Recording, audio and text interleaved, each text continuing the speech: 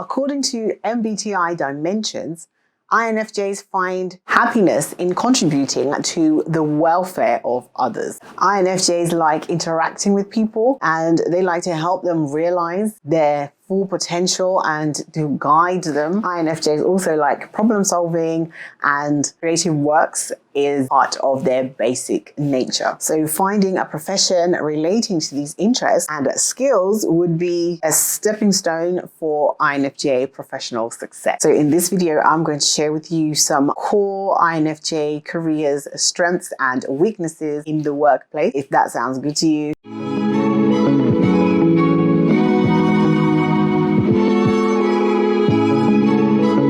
Hey ladies, welcome back to my channel. My name is Shamiso Miranda, and this channel is all things INFJ careers and INFJ entrepreneurship.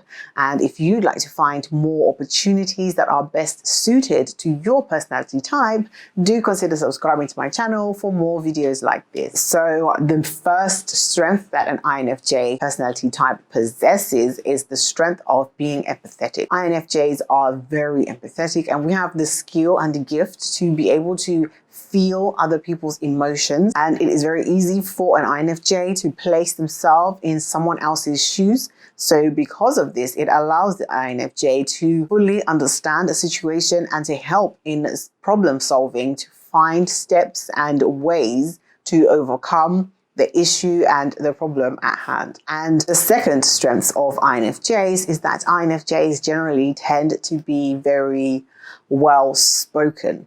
So this allows the INFJ to be able to effectively communicate their feelings, their needs, their wants. So if they are working on behalf of someone or working to help someone else, an INFJ would be a fantastic representative for that individual, because INFJs are very eloquent in their writing, in their speaking, and this allows INFJs to communicate effectively and efficiently. The third strength of an INFJ is that INFJs are very intuitive.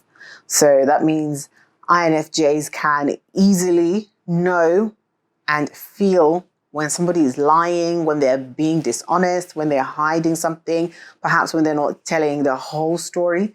An INFJ is very in tune with their instincts and they just know. So for the fourth strength of an INFJ at work is that INFJs are very reserved, and obviously INFJs are introverts. So INFJs working in a job that requires them to be able to listen and to give advice and give them guidance is a very suitable role for an INFJ due to their introspection and their reserve trait, because it allows them to withhold their personal opinions and their personal feelings when they really need to listen and to figure out a solution in order to help their customer. The fifth strength of an INFJ in the workplace is that INFJs are very future oriented. So INFJs are long-range thinkers. They're always thinking about how their decisions, their actions, and all of that, how that is going to pan out in the future. INFJs are not all about the here and the now. They are very much focused in the future. So every decision that an INFJ makes, they would have already thought about how that's going to affect them and how that's going to look like and be like in the future.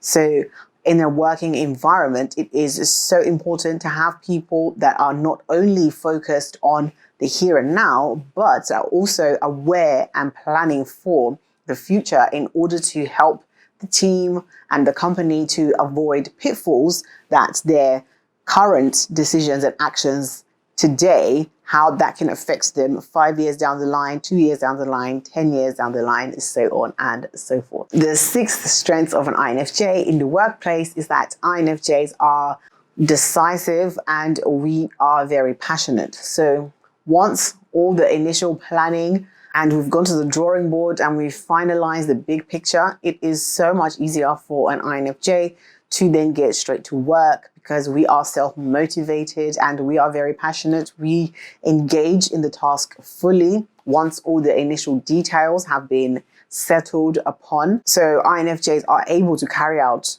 difficult task, no matter how difficult the task is, as long as we have the bigger picture and we know everything that needs to be done and when it needs to be done, an INFJ can definitely get that done, which is an advantage in the workplace because you are going to need people in your office, in your company, on your team that are focused on the details and they have the willpower and the passion to carry out projects and tasks. So that's it for the INFJ strengths. Now on to the INFJ weaknesses. And if you resonate with these INFJ strengths, go ahead and let me know down in the comments below. Let me know which is your strongest strength in the workplace. So the first weakness that we have for INFJ is that INFJs are very sensitive to criticisms.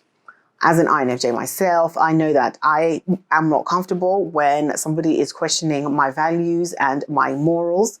And confrontation is something that I personally try to avoid by all means. Once I can see that a situation may arise, automatically I'm looking for all ways to dissolve the situation, for all the possible doors that I can run, anywhere I can hide and jump and all of that, just to find a way for me to resolve and avoid that situation by all means, because for INFJs, confrontation and all of that, it will lead to the very famous INFJ door slam. And if you'd like to know more about the INFJ door slam, I do have a video on it. So click on the link in the info cards right here and go ahead and check that video out for more on the famous INFJ door slam. So the second weakness of an INFJ in the workplace is that we can be very demanding. And I know this for myself, especially when I'm working in a team. I have very high expectations of the quality of work that I produce myself. And also I have that same high expectations of the quality of work of my team members.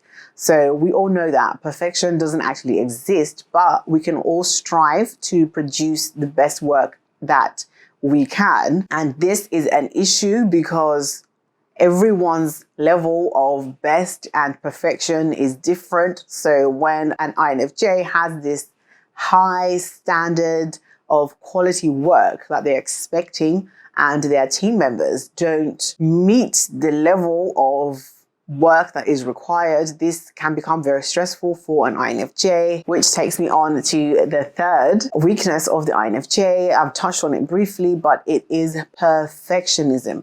INFJs strive for perfection, and as I just said, perfection does not actually exist. It is better to do something not perfect than to spend hours, years, days, weeks trying to perfect it. It's better to do something and fail and learn the corrections and move on than to not try and spend years, weeks, months aiming for perfection. So it's better to do the best that you can. And then if that best is not good enough, you take the necessary feedback from that and you can improve your original work based on the feedback that you received and improve it and make it better. I think that that is the best way for INFJs to go, but that's not how the INFJ brain is wired. Perfectionist really does bring a lot of INFJs down. And it helps INFJs to procrastinate a lot. So something that can take you 1 week or 2 days to do, an INFJ will use double the time, trying to make sure that all the T's are crossed and the I's are dotted, which is essentially being unproductive in a working environment. And my fourth weakness for INFJs in the workplace is that, as I mentioned earlier, INFJs are very reserved. So it is very difficult to form a deep bond with people who don't share the same moral values and the same moral principles. So INFJs are wired by their morals, their values. And when somebody doesn't share those same values and morals, it's very difficult for the INFJ to be able to connect and on a deeper level. And when you're working in an intimate team, you are going to have to get to know your team members as you are spending a lot of time with them. And this is something that is difficult for the INFJ to do because there is no shared interests based on the moral values and the principles. Now go and watch this video next for more on all things INFJ careers, and I'll see you in my next one as we continue our journey towards a more wholesome, healthier, and more meaningful lifestyle.